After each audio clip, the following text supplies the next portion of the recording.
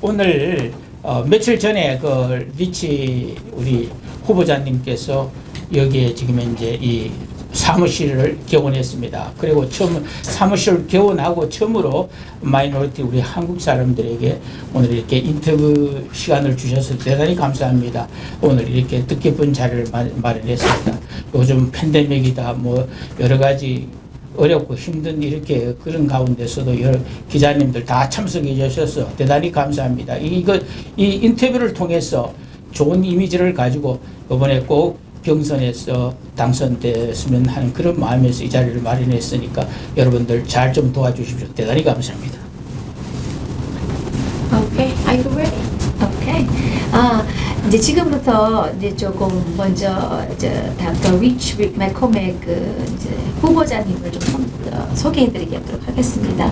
아까 언급하신 것처럼 좀 많이 분위기가 많이 좀 좋아졌어요. 한 거의 47%, 48% 정도 지금 현재 한 저번 주에 거의 이제 여론조사하고 합계해가지고 저희가 지금 보고 있는 거예요. 그렇거든요. 그래서 또 이제 트럼프 오피스에서도 지금 많이 연락이 오고 많이 후원하려고 하니까 굉장히 많은 이제 좀 주목을 받고 있는 것 같아요. 12명의 후보자 중에서 지금 우리가 예상하고 있는 거는 런오프 없이 이번에 프라이머리를 이제 당선하는 걸로 그래서 바로 가는 거로 11월에 지금 그렇게 예상하고 있거든요.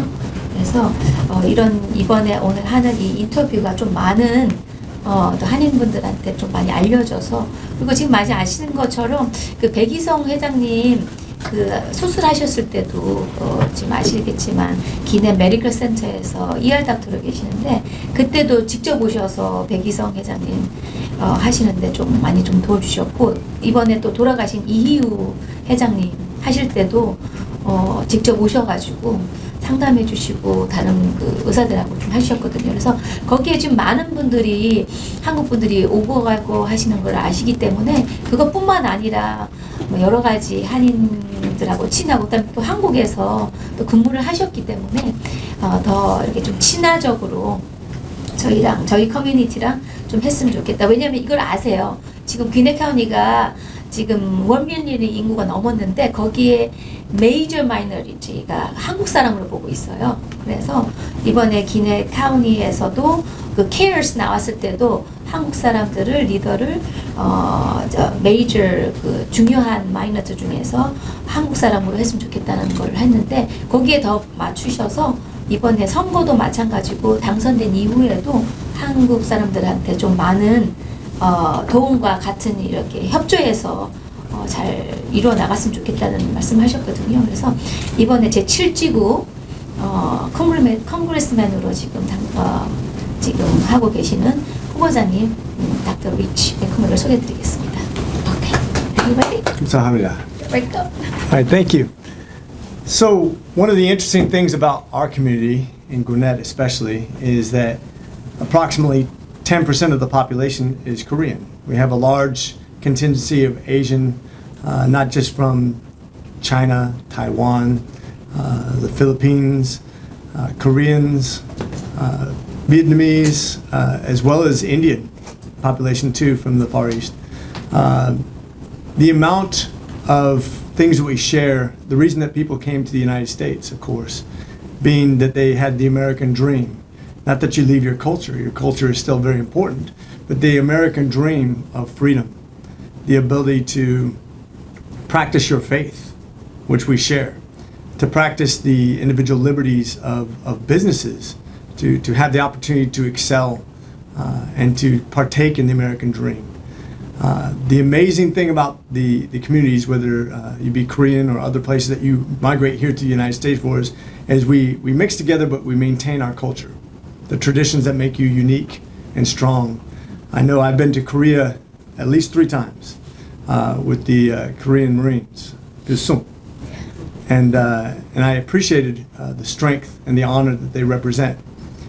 And I think it's very important to protect those traditions that are so good and so strong about the Korean communities, but also to recognize the power you can bring here as Americans now. When you come to America, to establish a business, to establish the American dream, to establish the ability to practice your faith, inside your own culture, to worship God, to worship with freedom and without fear. One thing that's very important that maybe the community can do better is to represent themselves through voting, to get out and to make the impact. The more you vote, the more you participate, the more important and the more powerful you become in influencing policy that benefits you as not just as Koreans, but as Americans, American Koreans. It's very important to wield that, to go out there and be active, to get your children to care about what's happening, not to be apathetic, but to actually get involved, because you and your children, maybe some people don't feel comfortable because they don't speak very good English. It's okay. You can still wield amazing power, and you can still have amazing influence. And remember, your children might be the next generation that affect how policy is involved with your entire community. In other words, your children being involved, they may be the next governor, they might be the next council member, they might be the next mayor, they might be the next president, based on how you get involved and how you encourage them to make an influence. So it's very important to establish what you're representing in politics, how we move forward, and how that your community is represented as best as possible, especially when it pertains to the American dream. We reflect on why we come to America in the first place. Why here? Why not somewhere else? Why Gwinnett? Gwinnett is as diverse as you come. There aren't any more diverse counties in the whole United States. It's one of the most diverse places in the world. And the Korean community is exceptionally strong in this community. Over 100,000. That's something to be proud of. That's something to say, this is our district. This is what matters. And so it's very important to be represented and to be acknowledged, and not to be pandered to, but to be involved with as a partner as we move forward to make great inroads to protect this nation and everything we're about, the opportunities you came here for, so we don't become something that you're trying to escape. And one of the political decisions we have is which politicians are going to represent best the American dream, those opportunities you came here to America for, because that's what this fight is all about. Some people want to turn America into something like North Korea, where you get away from the freedoms and all of a sudden you lose the ability to have upward mobility, that you can escape from whatever poverty you might have come from, because that's why people come to America, is have the opportunity. The harder you work, the better you do. That's what makes America great. The freedoms that you have, the liberties you have to be yourself, to be Korean while you're still in America. Those are all social things that are protected by the American policies. But we're always this close from losing those things if we're not involved. So it's very important for not just the Koreans, but every Asian community that comes here for the American dream to pursue that and be involved. Okay, and so you want to get the question from them? Yes. Okay. I'd be happy to answer any questions from So anybody. Gwinnett County is a diversity county, so you are so conservative as the congressman. So how can you handle the diversity in the Gwinnett County? Okay, yeah, great question. So the question is, how do I represent as, and you can even say it, I'm a white man. How do I represent the diversity that this community is? And you have a lot of women, obviously more than 50% women. You have more than 50% are minorities of some sort. How do I, as a white male, represent all those communities? I have a very unique background. First of all, I came from nothing. I grew up very, very poor, a single parent. I picked berries in the farm next to migrant workers. I was a paper boy, a bus boy, a short order cook, and then I joined the military. One of the great things about the military, in the military we don't worry about if you're black, white, Asian, that doesn't matter. We used to always say in the Marine Corps, you're just shades of green. Everybody's green, light green, dark green. This is about a unified front of trying to accomplish a mission, and we're all working together. It doesn't matter what you look like, is that you're my brother in arms, is you're going to protect me when times get rough. Same way in this county, realize that I work with a large number of Asian doctors, well over 20% of all doctors in this community are made up of Indian and Far East Asian doctors. So I had that community background. The business owners, the Koreans and other Asians that own businesses in this area have to work with everybody else, and that's what I've been integrated with from the very beginning. I've served as student body president at Morehouse School of Medicine.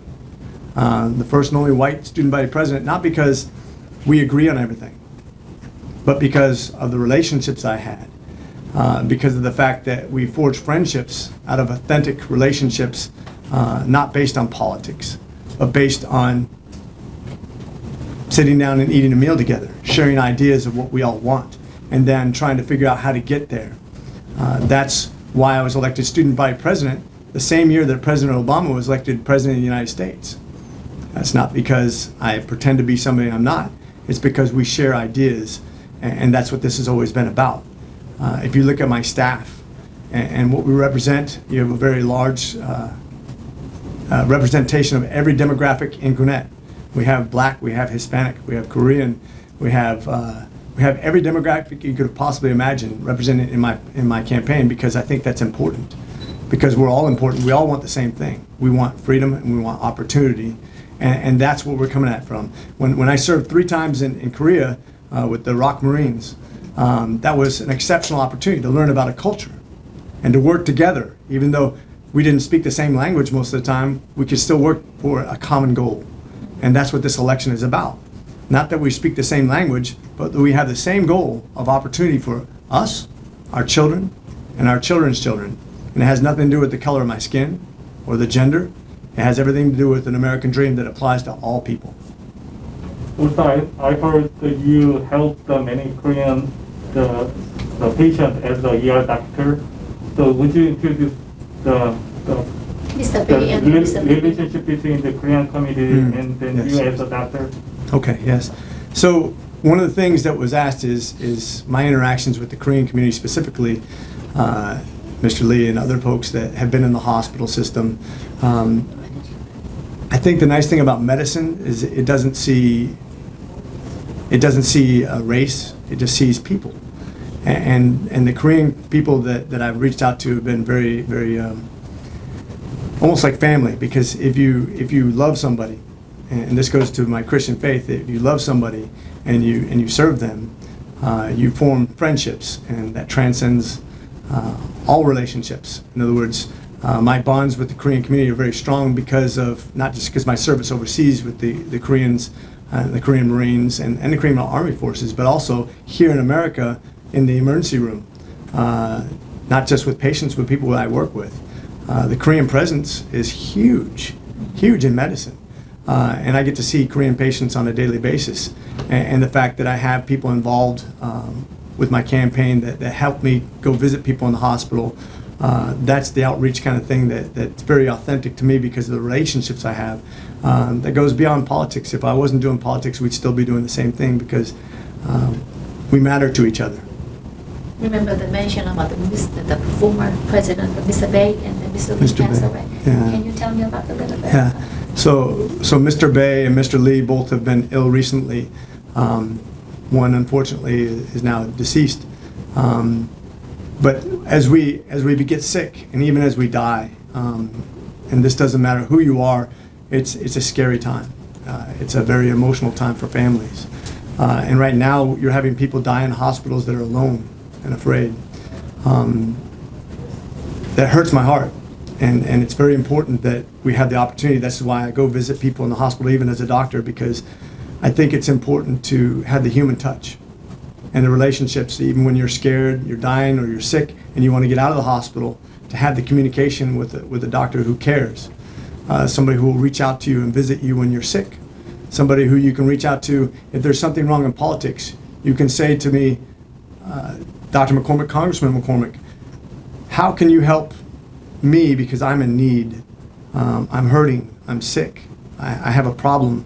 You always want to be able to reach out and get a hold of somebody who's in a position of authority, that they're accessible when you have a need, whether you be ill in the hospital or you're being mistreated by the government or something else that worries you, that you're scared that somebody's going to come and do something that shouldn't be done. You always want to have somebody you can reach out to and who will respond to you because they're authentically involved with your life, not because of politics, but because they care about who you are. I have two questions. Yes, sir. The second floor is Rob Woodall's office here. Mhm. I almost went there. Is that why you choose this Oh, place? yeah. So how about your relationship with Mr. Woodall? So I know Rob Woodall very well. Well, I don't know him as well as I'd like to because since this election took place, he didn't want to get too involved with trying to pick who the next candidate was. He wanted to see what happens. And so I think our relationship is very good. I've actually talked to his chief of staff, Derek Corbett, several times. Mm-hmm. He gave me the most encouraging news to me was that he said that this year, after the election, I think some of the contentious politics that have divided us will go away because then it's not about re-electing President Trump. It's about what can we get done. And so that's my big hope is that Derek is correct, the chief of staff for Rob Woodall, is that we can come into Congress and actually work together to get things done rather than bickering over all the things that center around President Trump rather than on solving the problems we have in America. And I think that's very important is that we work together and that we try to get something done because right now we haven't passed a budget for America in 14 years.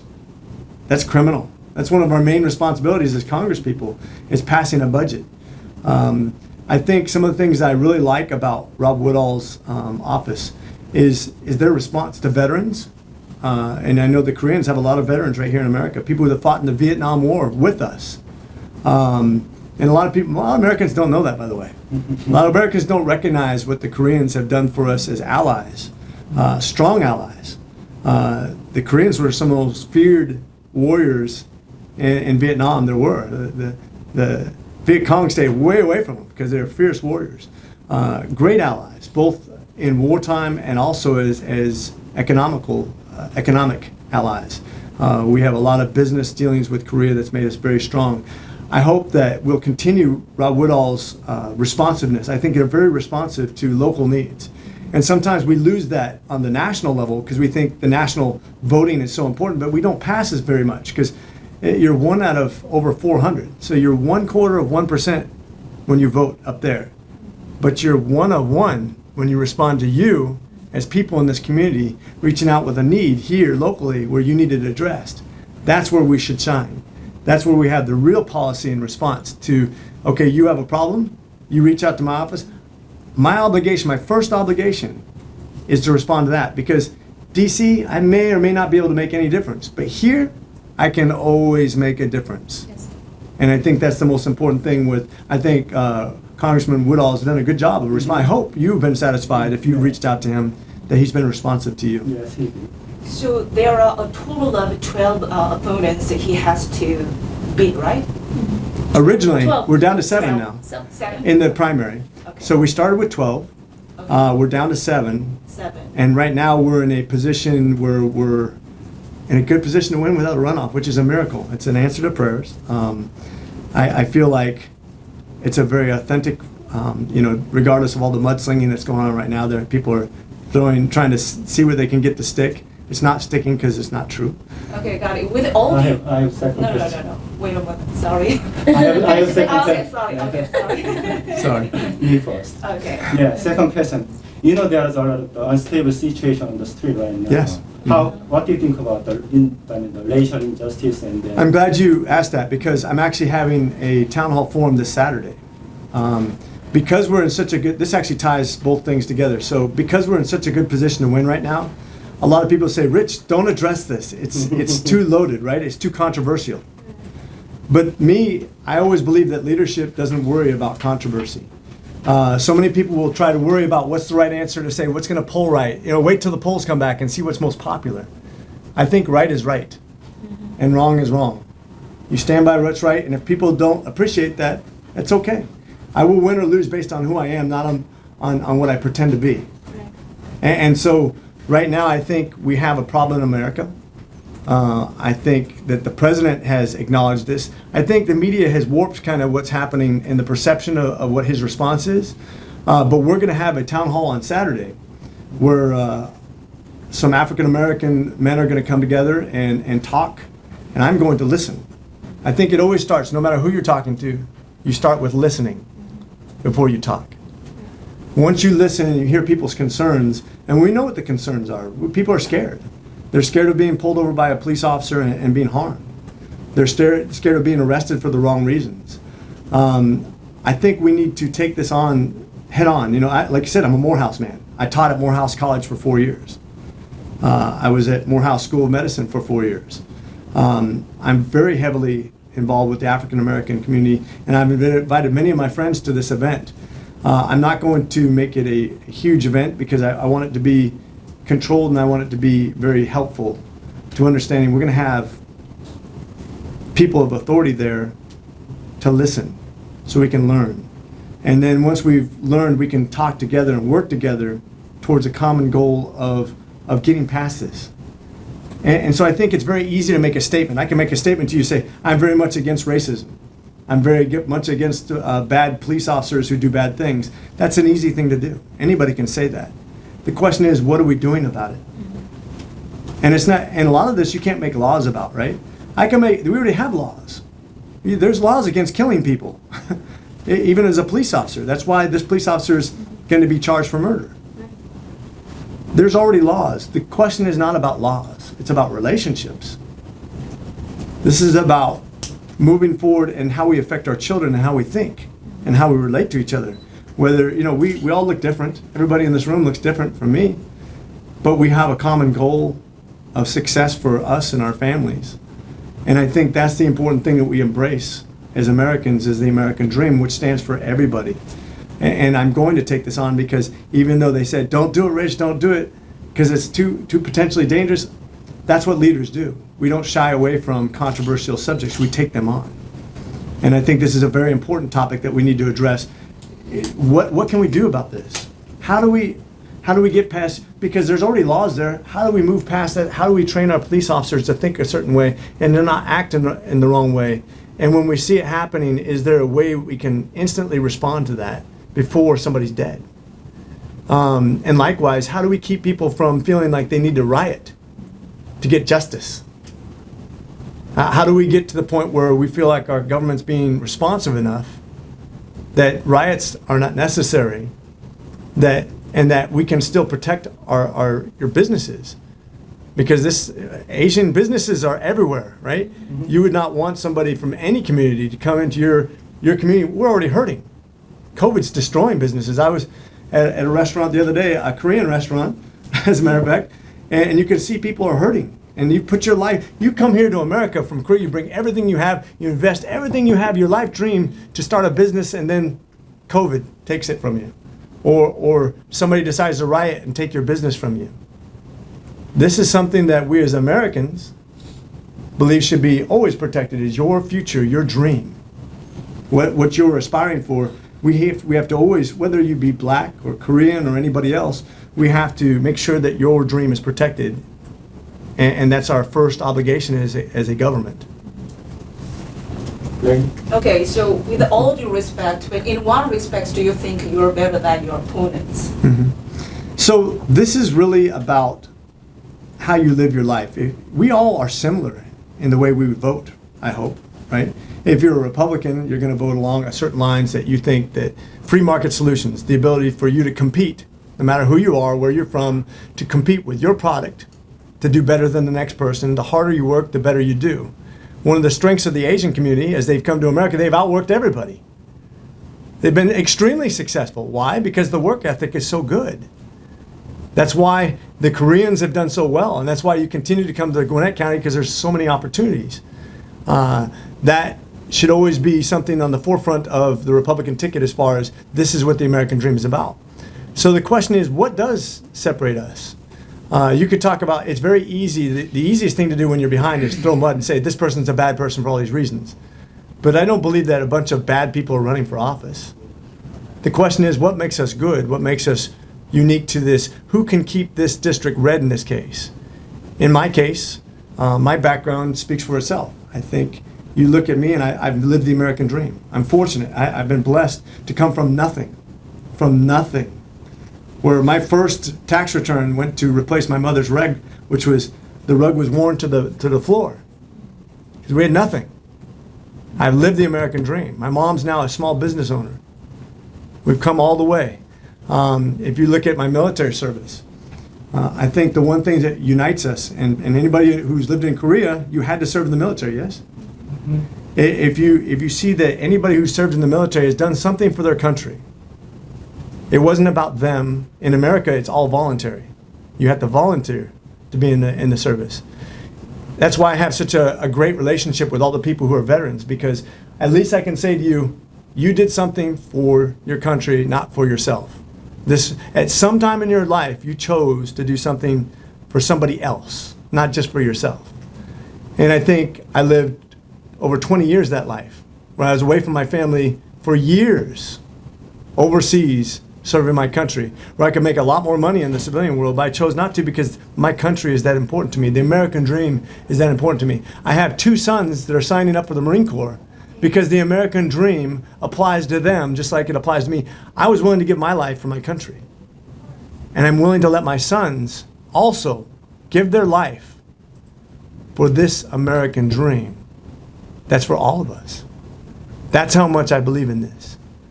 And then since then, when I got out of the Marine Corps and went into the Navy as an ER doc, I came in as a military ER doc to serve overseas, again, away from my family, for 9 months, away from my family. I went to Afghanistan. Why? Because this is service to my country.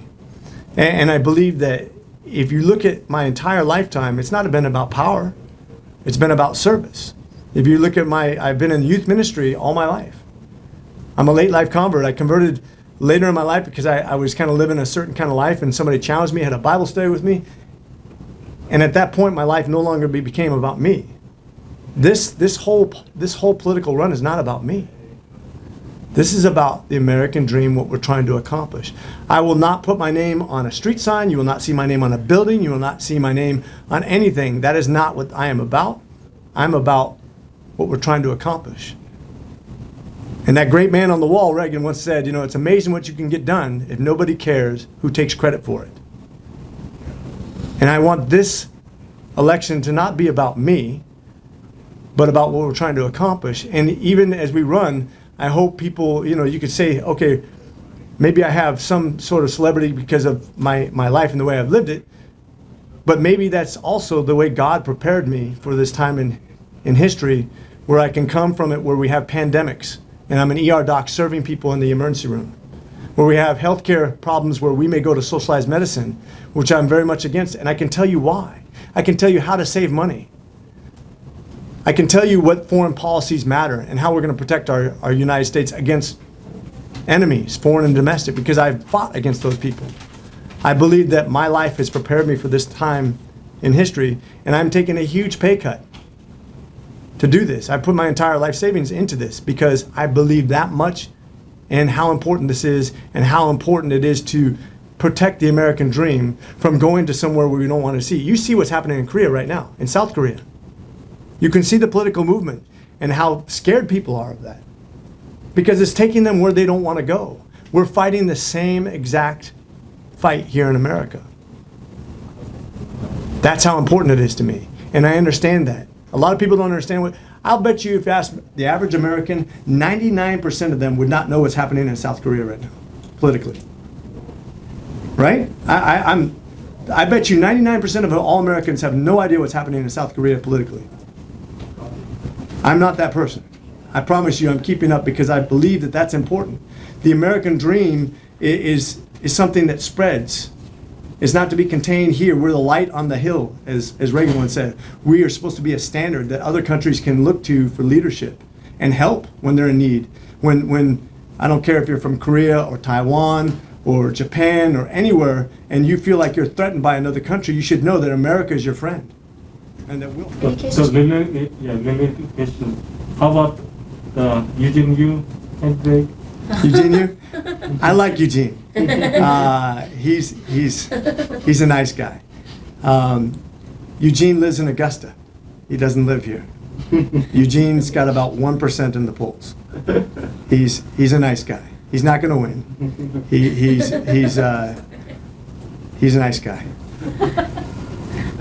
And I mean this. So Eugene's ran for many offices. We know this, right? He runs for office. He doesn't do well. It's not because he's not a good man. It's because he needs to be in his district, live where you're gonna run. Nobody's gonna elect you if you live in Augusta and you've been running all around trying to get elected. I have nothing against Eugene, but he's not the right guy. They say you're going to comfortably win in the primary without runoff. I hope. They say. I pray. But which Democratic the candidate you afraid you most? Well, I'm not afraid of any candidate. They should be afraid of the American dream, because if you're a Democrat right now running, you're running on a socialist platform. Socialism is not a good platform to run. Every candidate. So if you look at the most favored candidate is going to be Carolyn Bordeaux. Mm-hmm. She's in the position to probably win in a runoff. What she represents and what she speaks to is socialism. There's no getting around it. If you look at, she wants social medicine. She wants more social programs. She wants higher taxes. She believes in the institution of everything being controlled by the government. I don't believe that the government's the solution. I believe in smaller government. I believe in more abilities for the individual to decide their future, whether it be your liberties, your businesses, that I don't ever let anybody get in the way of your success. Once again, I go back to the Asian community doing so well in America. Why? Because ingenuity, intelligence, creativity, hard work, all the things that made America great is what's represented by the Asian community, and that's why they do so well in America. They take the American work ethic and they up it one. They said, I'm going to be the ultimate American. And I think that's the American dream I'm selling is all about that. So if you want, when we go against each other, I guarantee you, I don't need to hide where I'm going to come from. I'm all about bring on. I can't wait for the general election. I'm so excited about it because we're going to be doing things that maybe you haven't seen in a long time. I'm going to be going to black churches. I'm going to be going to black fraternities. I'm going to be going to Korean churches. I'm going to be going to Taekwondo tournaments. And we're going to be selling the American dreams constantly. And we will do soon. 다시 한번 매코믹 파이팅!